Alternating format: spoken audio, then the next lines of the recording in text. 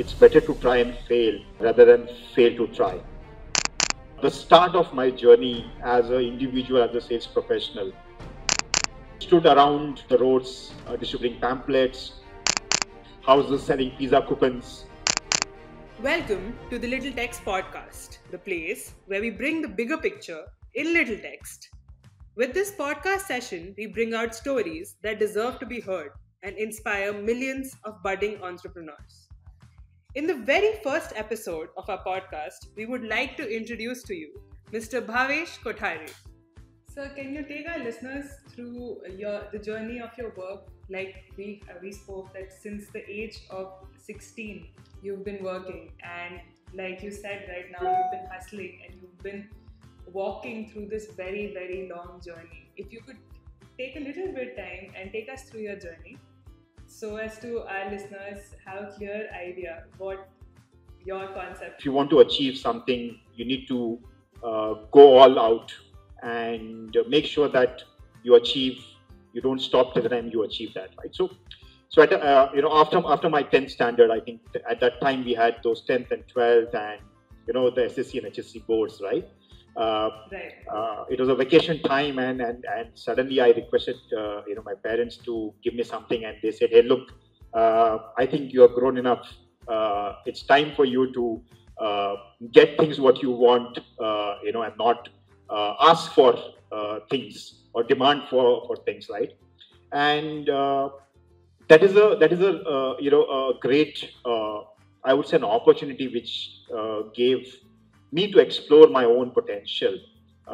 That's where I started my journey at the age of 16. Through a friend's stall, where I learned the tricks and trades of sales and rapport building with people. I think those on the ground, on the road lessons, still stayed with me, and I'm sure that is what I always tell, that if you want something, just don't wait. Go out, get it. Whether you achieve it or not, that's secondary.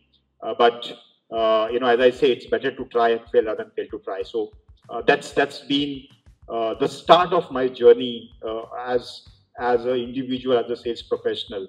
And then moving on, I worked with Monjani's, for 2 years. Stood around,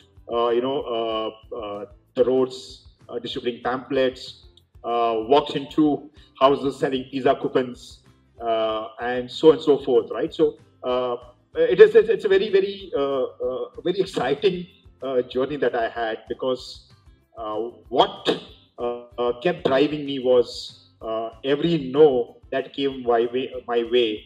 I said, it is not no, it is new opportunities, next opportunities. And since then, things kept moving. Unfortunately, I could not qualify for something which was my dream as a test pilot. I wanted to serve the nation. I wanted to serve the army.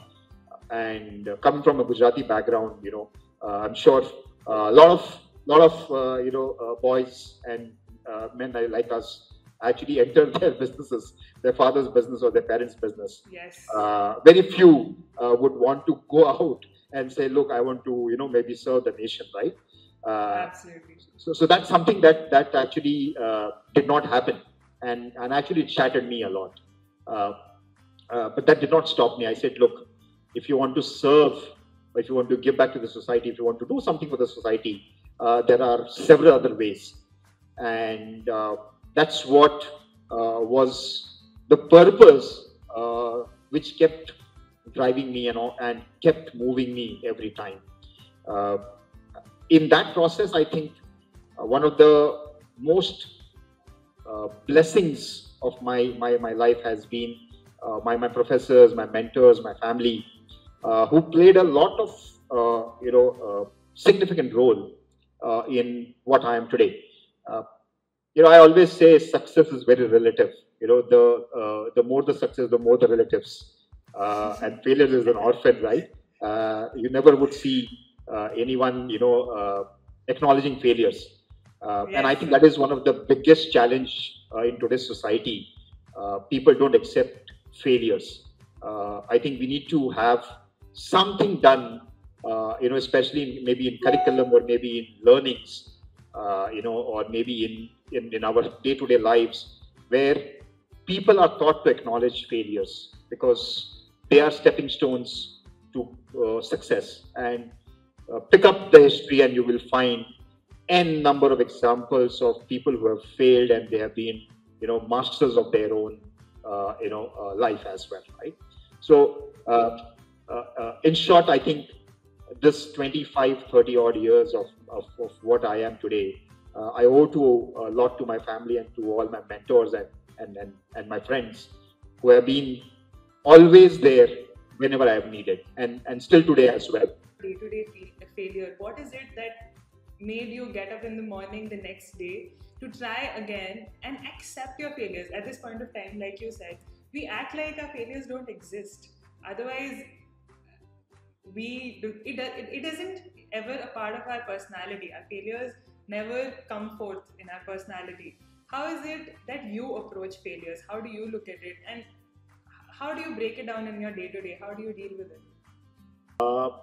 One of the lessons that stayed with me, thanks to my father, I think, I was a notorious kid. My professors and my teachers always used to say, "You are an outstanding student. You're always outside the class." I was never. I was a bright kid. In fact, I'm a bright person in myself, but I was never a studious person per se. My interest lied in a lot of extracurricular activities. Because it gave me an opportunity to explore myself. And I think, thanks to my parents, I think they gave me that liberty and freedom. Because I remember an instance when, unfortunately, during our times, we had this SSCs and HSCs, right? So there was secondary board and higher secondary board, and then there was, there is arts, science, commerce, and vocational. I think that was a limitation that we had. That was the opportunity that we had, with no internet, no Google, no information around. We had to literally scout our information, our own hard way.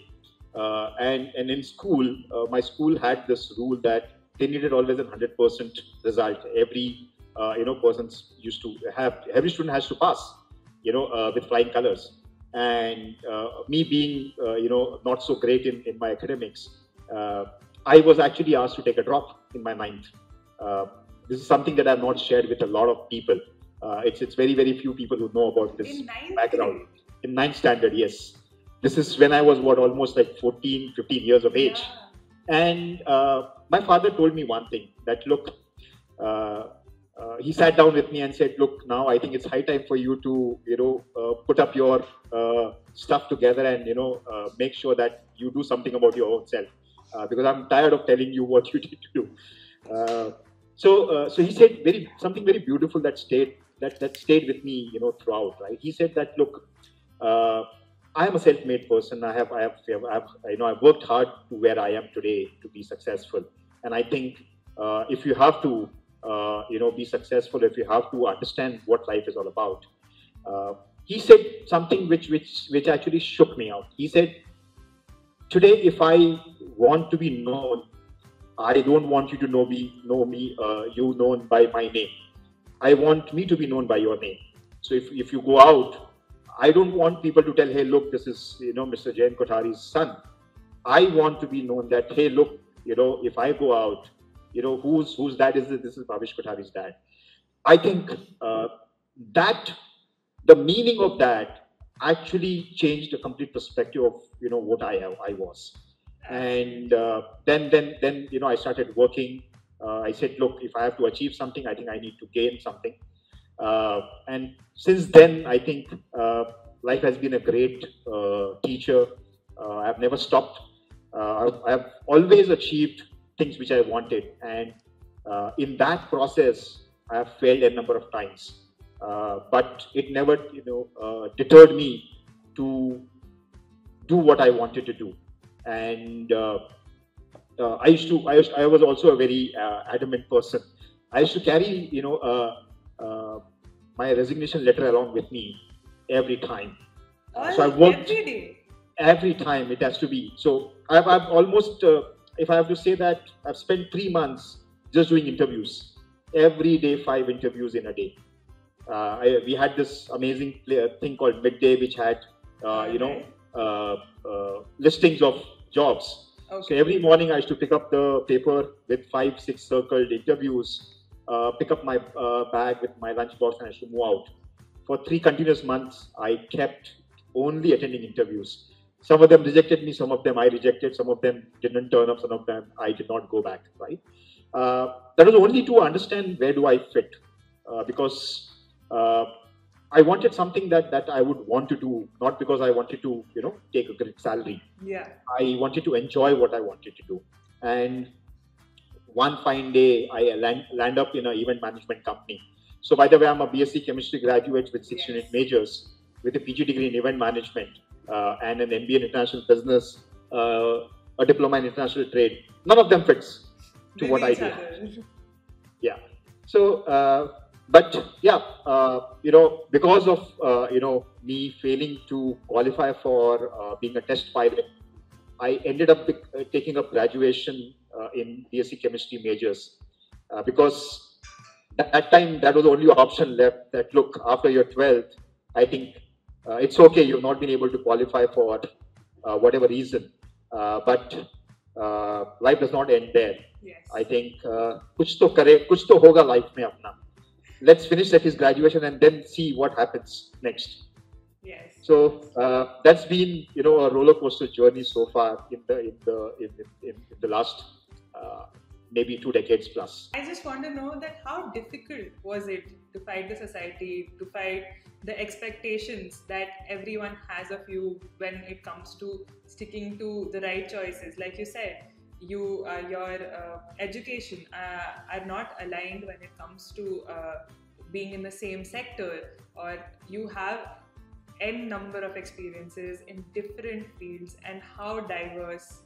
I mean, it's unbelievable. How difficult was it for you to actually fight the standard subset expectation of the society? I thought about it till then you just mentioned to me, right?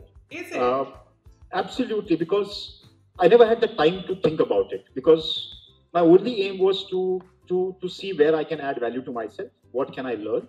How can I explore myself? So if you pick up my LinkedIn profile, a lot of compliments I keep getting that you have a wonderful profile. I think it's very difficult to see such a diverse space. But one thing was very common, that I never stopped exploring. I never stopped taking risk. And trust me, it has costed me a lot of times. So, for example, if you pick up, my profile, I'm a BSc chemistry graduate. I started working with a pharma company after I graduated. But before my graduation, I worked with Monjani's. I have done, pizza coupon selling. I have actually stood around, on the road distributing pamphlets.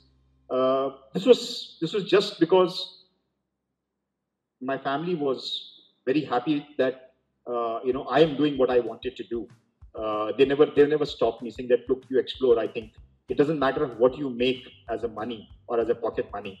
What matters is, are you enjoying it? And if you're enjoying it, I think continue doing that.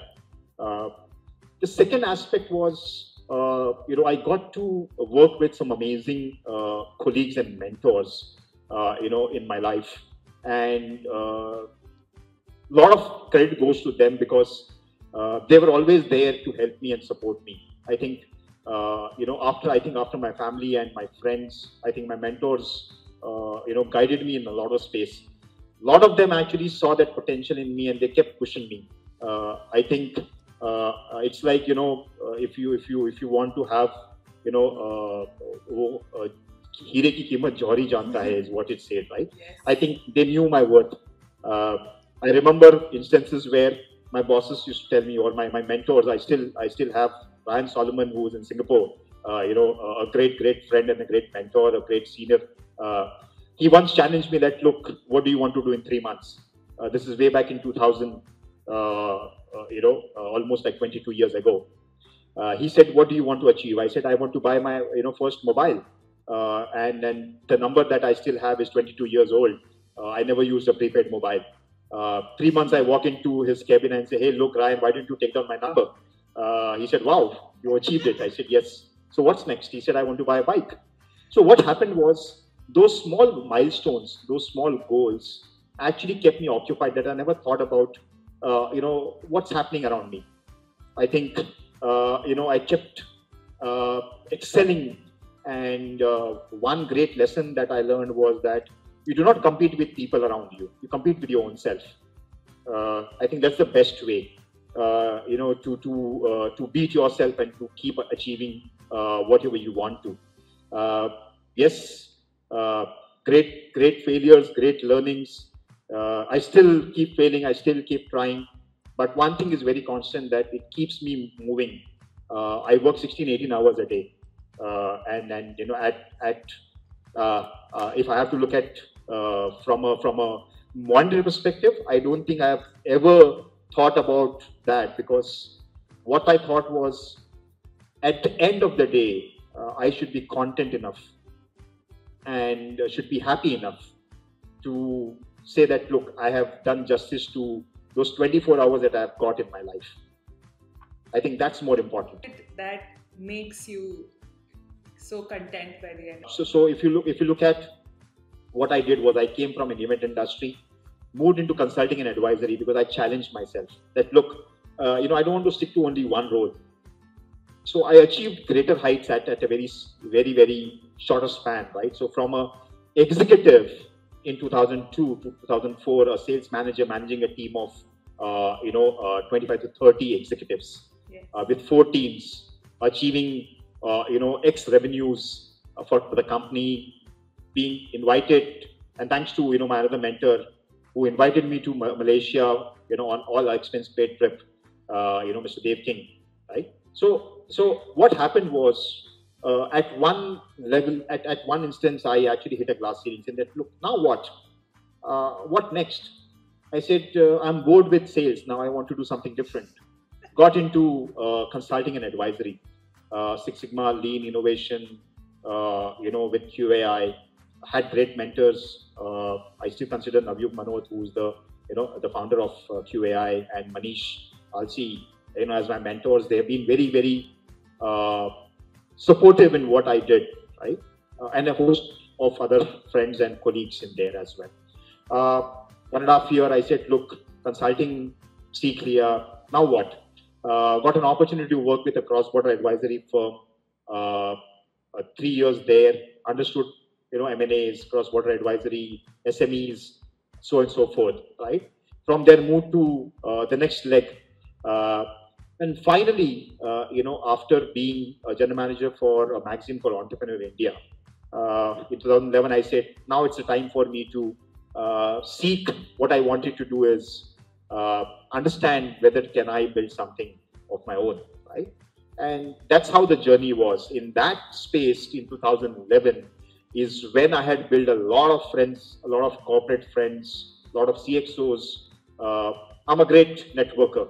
I believe in rapport building, to the core, because I think what matters ultimately is the edge to edge. It's called the human to human. The rest all is, I think, relative as well, right? So today also I make sure that I attend a couple of networking meetups, meet new people, interact with them, learn what they have been doing, and that's been a practice. Consistent practice. You'll always find me on on LinkedIn and on Instagram, Facebook, engaging and networking with people, because there's so much to learn. There's a world ocean out there, and if you're able to even take one drop out of it, I think you're blessed. So that's been a journey. One of the most important aspect, is also mentoring. I think. Way back in a decade ago, when people didn't even know what startup is, I kept talking about mentoring, and fortunately today, mentoring has come to the forefront. So I'm very happy that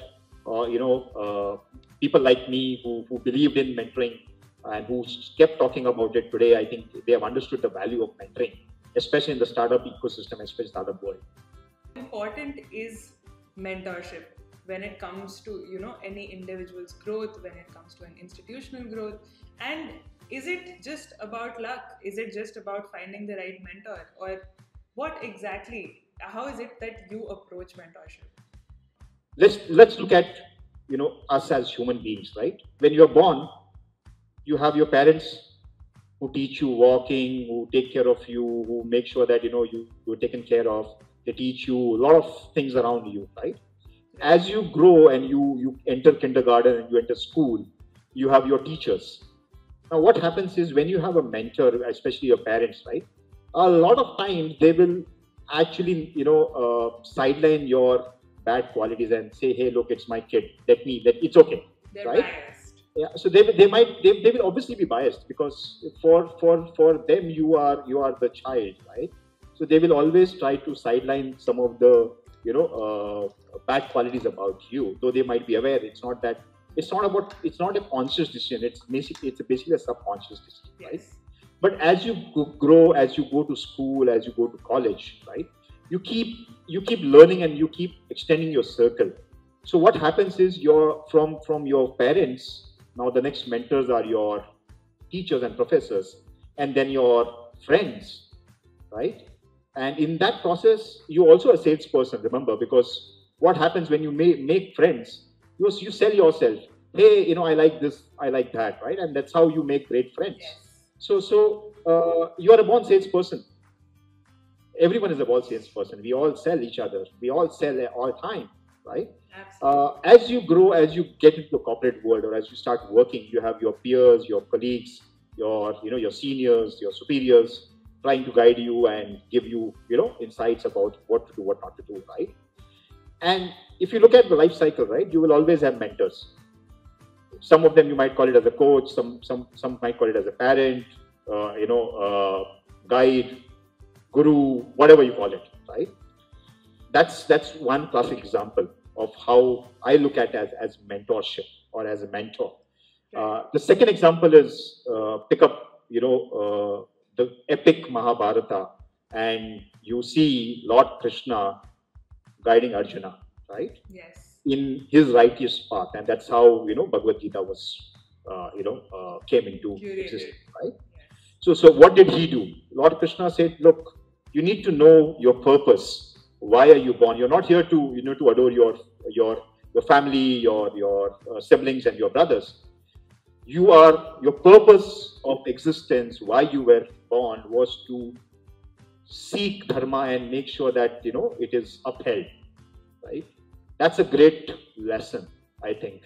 The essence is that you are supposed to be, your purpose is this, please focus on that, right?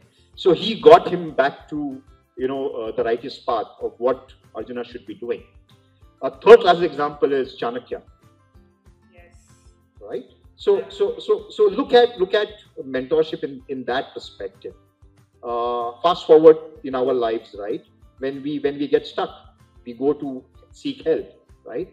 Same thing which happens in businesses, right? You have large organizations which have advisory boards where where they deliberate and see how the organization can be steered. In smaller organizations, you could have a mentor, right? Now, is there a right mentor? I don't think, right? Because there is nothing called right mentor or wrong mentor. I think it's all about what is needed. Do you know what is your requirement? What are you seeking for? And if you're able to identify the person who could help you in that and steer you in the right direction, that is something that you should look for.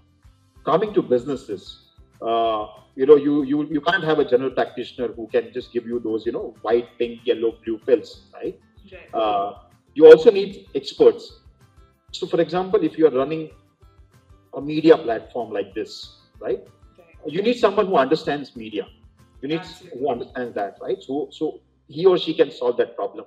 If you're into logistics and supply chain, then you need to have someone who understands that part of the world. If you're into manufacturing, or if you're into operations, or if you're into retail, you need to have those people expertise in that space. So these are all industry expertise. Then there are functional expertise, finance, IT, marketing, sales, right? So you need, as a startup or as a business, you need to identify where your challenge is. What is your bottleneck, and then identify maybe a person who is willing to help you. Now, mentoring in today's context is still considered free. I say there are no free lunches. Please don't go out and tell your mentor that, look, I need your help, but I cannot give you anything. Right. And especially when you're running a business, when you're running a startup and you're going to make money, right? So don't you think if you're going to make money with someone else's help, don't you think that you should be owing something to the person who's helped you in solving that problem and giving that, right? So there are two schools of thought. My thought is that mentoring should never be free, and whoever it does free, I think it's an individual, right? Right. So that is what kept me talking about mentoring way back in 2011, when there was nothing called as mentoring understood per se, Exactly. especially in India, right? So that's Should we be as individuals that we are also mentors to someone, and what is it that we should keep in mind if that is a consciousness that we should keep with us? that's a very wonderful question, I think. See, I view mentoring as a very responsible job, right? Yes. So let's take an example of a teacher, right? She manages, let's say, 15, 20 students, correct? For her, every student is as equal at par, right? Same thing, her consciousness said, look, I don't want to be biased with anyone. My role is to make sure that all of them are treated at equal, Right. right? So same thing is with mentoring, right? Mentoring is a very, very responsible space, because one is, there's someone who's looking up to you, who's looking for right guidance and right direction, and it is your responsibility to make sure that you guide him or her in the rightest direction, right? That's one. The second thing is that as an individual, you should also be very conscious that if you are going to guide someone, you better understand that it's a very responsible space, because one wrong or one misguided path can lead to a lot of problem, in someone's life, right? So be very conscious about it. I think monetary might be one of the objectives, but that should not be the purpose. So it is a very responsible space, and that's why I am very conscious when it comes to talking about mentoring also. It's great to talk about it, right? But it's very difficult to understand.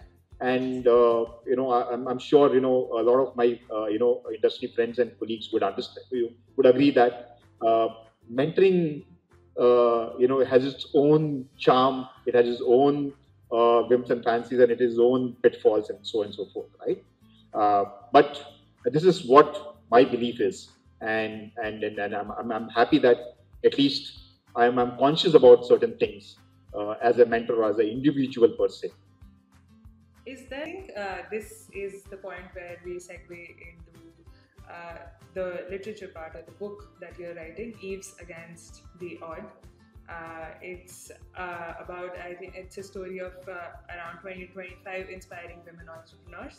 And my first question would be, why specifically this topic? What is the journey that brought you to Eves Against the Odd? My mentoring journey was there. I saw a lot of women entrepreneurs coming forward and wanting to do something, but they were really not sure what to do, how to go about. And not only for women, right? So, few years ago, I was also quoted, unquoted, that why are you biasing between a man and a woman? I think an entrepreneur is an entrepreneur. Yeah. So my answer was very simple, right? Look, I am not biasing with anyone. I'm not doing any injustice, nor I am doing any gender disparity or gender biasness, right? It's a space that is great. I see an opportunity, and if you don't talk about it, I think I would lose an opportunity to create what I've created so far, right? So I said, why not me? Why shouldn't I not talk about it? The second aspect was, if you look at men versus women, right? And we are a patriarchal society still today, right? We talk about gender equality, we talk about women empowerment. I say, why do you need to empower someone who's already empowered? Who has the power to as a creator? So we call the Almighty, the power, the light as a creator, right? But on this earth, I think women has the power to give birth, and I think that's something to create, right? So why do you want to talk about empowerment? We all are empowered. All we need is support. All we need is support, encouragement, guidance, mentoring, so on and so forth. So my apologies. So that's been one of the thought process behind Millennium Divas.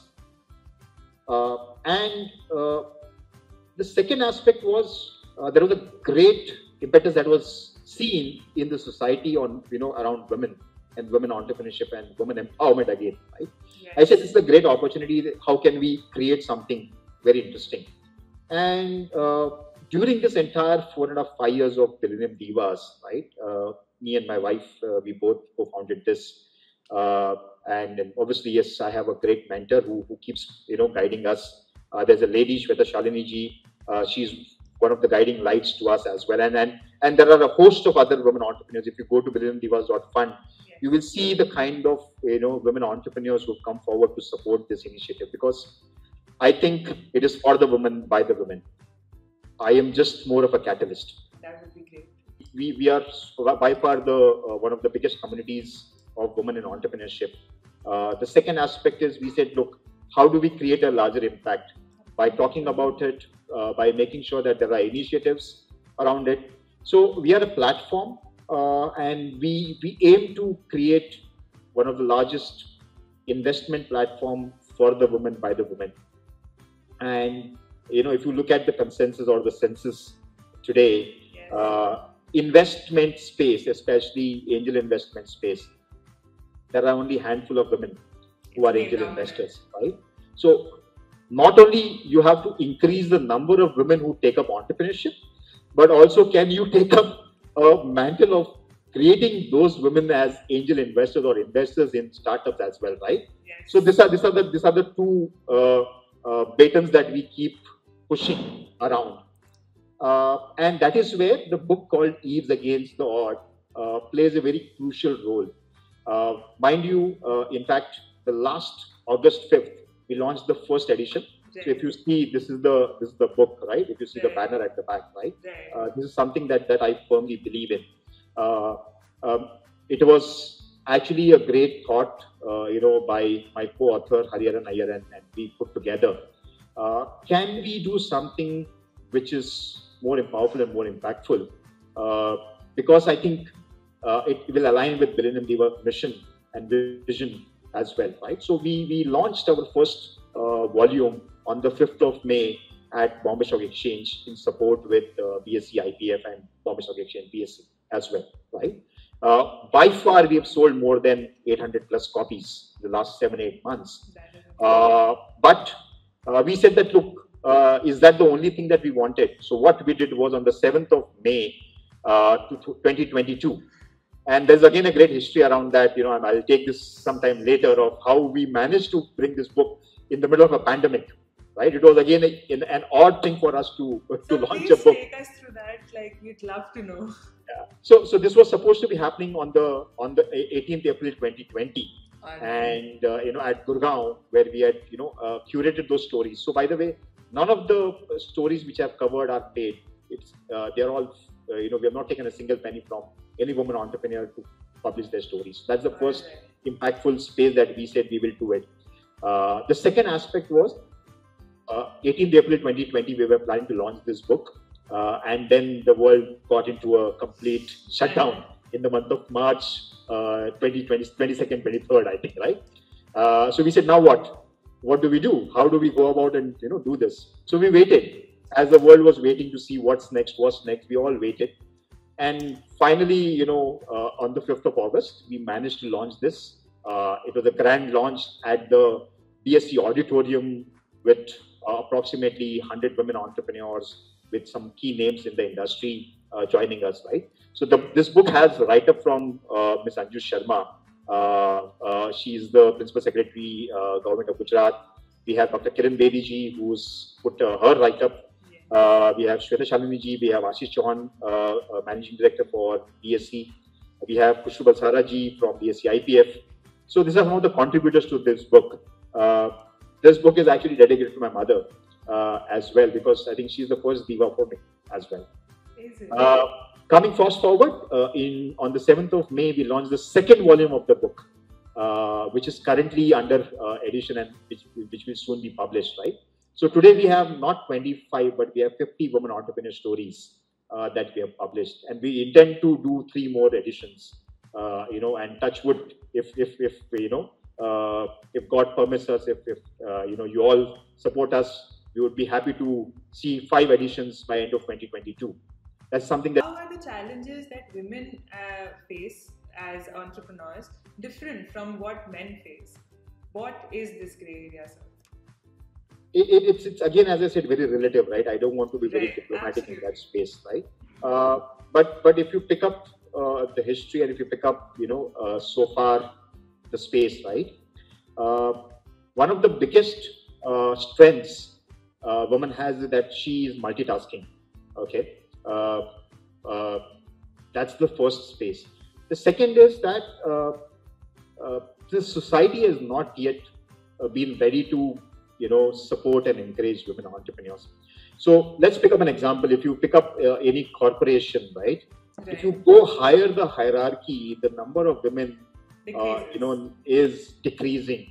Yes. And if you go to the board level, you will hardly find a woman there, right? And there are multiple reasons. The first reason is that women have always given priority to family than themselves, right?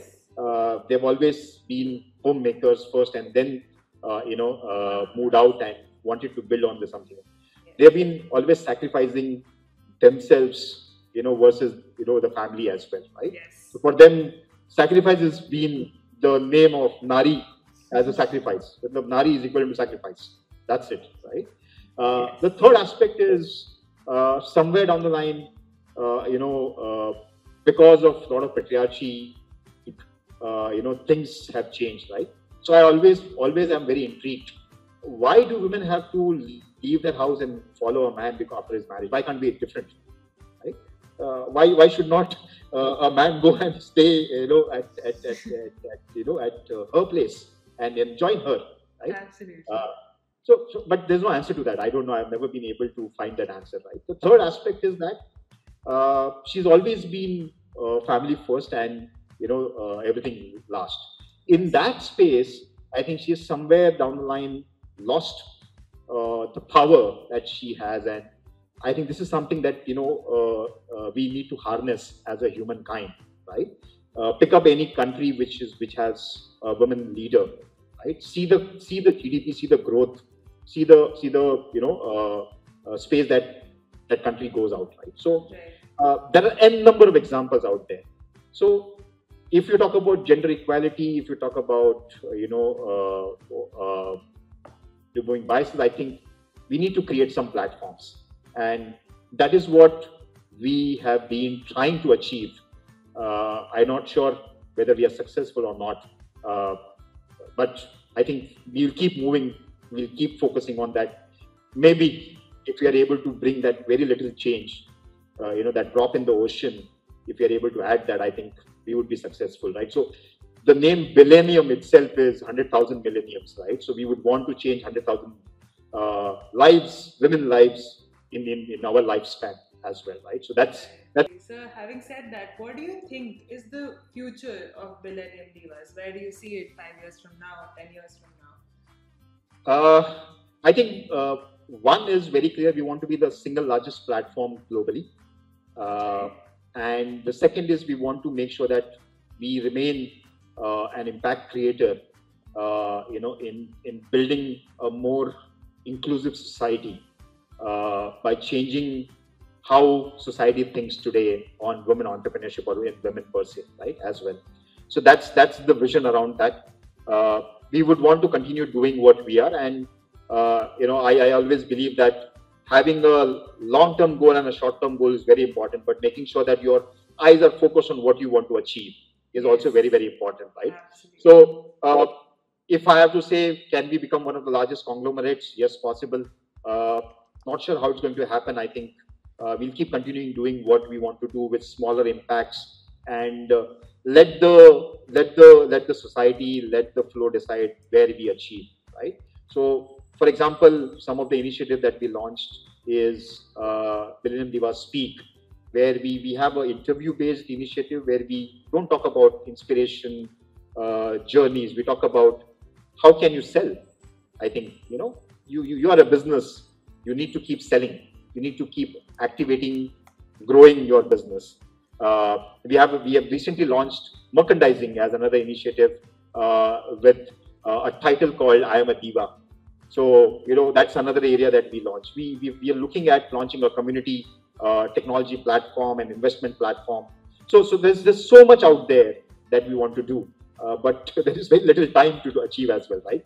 So I hope with that vision, both me and Meenal have been focusing on doing something and leaving a mark on the society. Having said all this, uh, what is it that you'd like to tell the aspiring entrepreneurs, women entrepreneurs who are in their 20s and who are at this point of time facing a lot of challenges? What is it that they need to focus on? What is it that they need to keep in mind when they're actually stepping into this picture of, say, the business world or entrepreneurship as an institution? What are the tips you have for someone like that? I don't know. I mean, am I eligible to give tips? I'm not sure. But I will tell only one statement that I have always firmly believed in. Right? It's build value.